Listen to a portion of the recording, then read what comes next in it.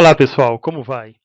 Hoje nós vamos trabalhar o conteúdo da quarta semana do PET volume 5. Conteúdo da quarta semana do PET volume 5. Conteúdo destinado para os alunos do terceiro ano do ensino médio. Observem que imagem belíssima e atualíssima ao mesmo tempo. Essa imagem aí nos faz pensar nessa era digital que nós estamos vivendo. E o tema que nós vamos trabalhar é o século XXI e o espetáculo da razão. Vamos tentar compreender bem questões em relação à racionalidade humana dentro do século XXI. Então, a questão central que nós vamos trabalhar é a seguinte: questão proposta, PET volume 5. A razão não ilumina, não revela a natureza que se emancipa do mito através da ciência. Ao contrário, foi transformada em mero instrumento de dominação e transformação da natureza a serviço do capital? Olha que interessante. A razão não ilumina, não revela a natureza que se emancipa do mito através da ciência. Essa afirmação, ela vem dos pensadores da escola de Frankfurt. Entretanto, eu coloquei uma interrogação em relação a essa afirmação. Será que de fato a razão não ilumina? Será que a razão ela perdeu o sentido da sua existência, ou melhor, o objetivo da sua existência, e ela foi meramente transformada em instrumento de dominação e transformação da natureza? É isso que nós vamos tentar pensar, refletindo um pouco sobre o conteúdo da aula de hoje. Aqui as palavras-chave: século XXI, razão, Ayn Rand, que vai ser uma crítica aos pensadores da escola de Frankfurt, e escola de Frankfurt, a escola que será criticada. Então, quanto ao século XXI, aqui eu coloquei a seguinte observação: o século XXI ele foi influenciado pela terceira revolução industrial. Esta, caracterizada pela criação de máquinas, robôs, bem como de mais tecnologias que transformaram o processo produtivo como um todo. Então, até aqui estamos falando da terceira revolução industrial, da robotização de todo o processo produtivo. Atualmente, já falamos da quarta revolução industrial, ou revolução 4.0, isto é, a revolução digital. Então, já estamos num outro patamar. Agora, tudo isso possível em função da racionalidade humana, da união entre a razão, a ciência e a técnica humana. Quanto à escola de Frankfurt, surgimento: Alemanha em 1925. Os principais pensadores: Max Horkheim, Theodor Adorno, Herbert Marcuse, Walter Benjamin, Erich Fromm e Jürgen Habermas. Habermas considerado como pensador da segunda geração da escola de Frankfurt. Interessante que esses pensadores eles foram influenciados pelos escritos de Nietzsche, de Marx e de Freud, entre outros também. Os principais temas discutidos entre eles: sobre autoridades, o autoritarismo, o totalitarismo, família, cultura de massa, liberdade, o papel da ciência e da técnica. A escola de Frankfurt também ela é conhecida como filosofia conhecida como teoria crítica, em oposição à teoria tradicional, representada pelos filósofos desde Descartes. Aqui entra um aspecto importante. Descartes era filósofo e matemático, filósofo racionalista. Aqui já nos aponta uma questão. O objeto de crítica da escola de Frankfurt, a razão humana. Né? Em qual sentido? Quando exaltada, tradicionalmente pode ser iluminada.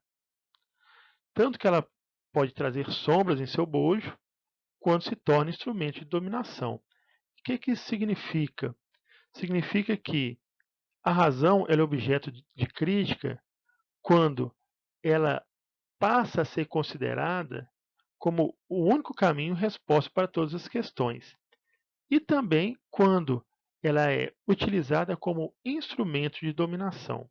Aqui está a crítica dos pensadores da Escola de Frankfurt à questão da razão. Também podemos falar do racionalismo. Horkheim vai trabalhar dois tipos de razão, aqui também para a gente entender que não é uma crítica geral à razão, mas ele vai trabalhar dois tipos de razão. A primeira delas, a razão cognitiva, que busca conhecer a verdade, diz respeito ao saber viver, aos fins propriamente humanos, à sabedoria. Essa razão regula as relações entre as pessoas e entre as pessoas e a natureza. Então, a razão cognitiva, ela busca o conhecimento da verdade. Ela age em função da sabedoria. Ela procura regular, orientar e pautar as ações entre as pessoas e entre as pessoas e a natureza. Aqui nós podemos falar também da questão que entra aqui a questão da ética e da moral em relação às ações humanas. E nós temos a razão instrumental, que segundo Horkheim, ela busca agir sobre a natureza e transformá-la. Por isso, visa a eficácia, a produtividade e a competitividade. Então, a razão instrumental, ela é utilizada como instrumento de eficácia, produtividade e competitividade. Agir para transformar, instrumento de ação e transformação da natureza. Agora, duas observações. Primeira, Horkheim vai dizer que os dois tipos de racionalidade elas coexistem, ou existem ao mesmo tempo. E depois, no capitalismo, a ciência e a técnica foram colocadas a serviço do capital, do lucro, de modo que a razão instrumental, conhecer, dominar, intervir e transformar, sobrepôs a razão cognitiva. E qual que é a questão que entra aqui a partir desses dois conceitos, desses dois tipos de razão, cognitiva e instrumental, e essa observação de Horkheim? Ele vai falar que a partir do momento que o capitalismo se apodera da ciência e da técnica em nome do lucro, essa razão instrumental ela age totalmente emancipada da razão cognitiva. O que eu quero dizer com isso? Conhecimento, a dominação, a intervenção e a transformação abandona toda a busca da sabedoria, todos os princípios éticos e morais que deveriam orientar essa intervenção e transformação. Tá? Aqui entra a crítica dos pensadores da Escola de Frankfurt, aqui especificamente em Horkheim, em função da razão instrumental. Habermas vai falar da razão comunicativa, né? que é uma proposta de Habermas em relação a essa questão também. Mas nós vamos falar de Habermas em outra aula. Então, Ayn Rand é uma filósofa estadunidense, ela nasceu na Rússia e mudou para os Estados Unidos, naturalizada estadunidense. Ela vai dirigir a crítica aos frankfurtianos, né, ou Escola de Frankfurt. Então, existem alguns pontos em debate. Eu trouxe dois. O primeiro deles, ela vai dizer assim, olha, sabem que a razão não ilumina. Aí, qual que é a crítica de Rand em relação a essa afirmação, que a razão não ilumina, que ela não esclarece? Ou defendemos que a razão ilumina, que ela esclarece, que ela leva ao conhecimento, ou defendemos que fomos iluminados pela razão para chegar a essa conclusão. O que está em jogo aqui? A incoerência na afirmação. Isso porque, ao afirmar que a razão não ilumina, segundo a filósofa, foi a própria razão que conduziu os pensadores de Frankfurt a essa resposta. Então, por isso, ela vai falar na incoerência na afirmação. E outra questão também, outro ponto de debate, o progresso se paga com o desaparecimento do sujeito autônomo. Ela vai dizer que não encontra sustentação no mundo real. pois o sujeito autônomo é aquele que usa da sua racionalidade, vontade e meios para gerir a sua própria vida, e o progresso contribui para a autonomia do indivíduo. Aqui a crítica que entra, o ponto em debate dela aqui, é porque uma vez que, segundo os pensadores da escola de Frankfurt, o progresso ele tirou a autonomia do sujeito, quer dizer, o sujeito ele ficou preso às imposições do sistema, ela vai dizer que é o próprio progresso que permitiu o desenvolvimento da racionalidade humana. E essa racionalidade humana também que contribuiu, que permitiu o progresso. Então ela vai dizer que o sujeito autônomo, aquele que procura construir a sua própria história, aquele que é livre, ele usa da racionalidade, da vontade e dos meios necessários e possíveis para gerir a própria vida. E o progresso é que permite encontrar esses meios, ou que dá esses meios para que o sujeito ele faça a gestão da sua vida e que ele possa desenvolver cada vez mais e mais como indivíduo autônomo. E a questão que vai entrar aqui, ela vai dizer que os pensadores da escola de Frankfurt, eles ficaram com a visão limitada da realidade, né? Segundo ela, claro, dizendo que, na visão dos pensadores de Frankfurt, o progresso ele não trouxe o desenvolvimento da humanidade, mas ele foi responsável pelo caos social, pela desigualdade social que nós vivemos hoje, dentre outras coisas também. Então, para ela, é uma visão limitada da realidade. Aqui, eu trouxe uma questão, um ponto de reflexão agora, a partir do pensador Merleau-Ponty, que ele vai dizer o seguinte: o filósofo reconhece-se pela posse inseparável do gosto, da evidência e do sentido da ambiguidade. Isso faz parte do reconhecimento do filósofo. Quando se limita a suportar a ambiguidade, essa se chama equívoco. Sempre aconteceu que, mesmo aqueles que pretenderam construir uma filosofia absolutamente positiva, só conseguiram ser filósofos na medida em que, simultaneamente, se recusaram o direito de se instalar no saber absoluto. Olha o que Merleau-Ponty fala.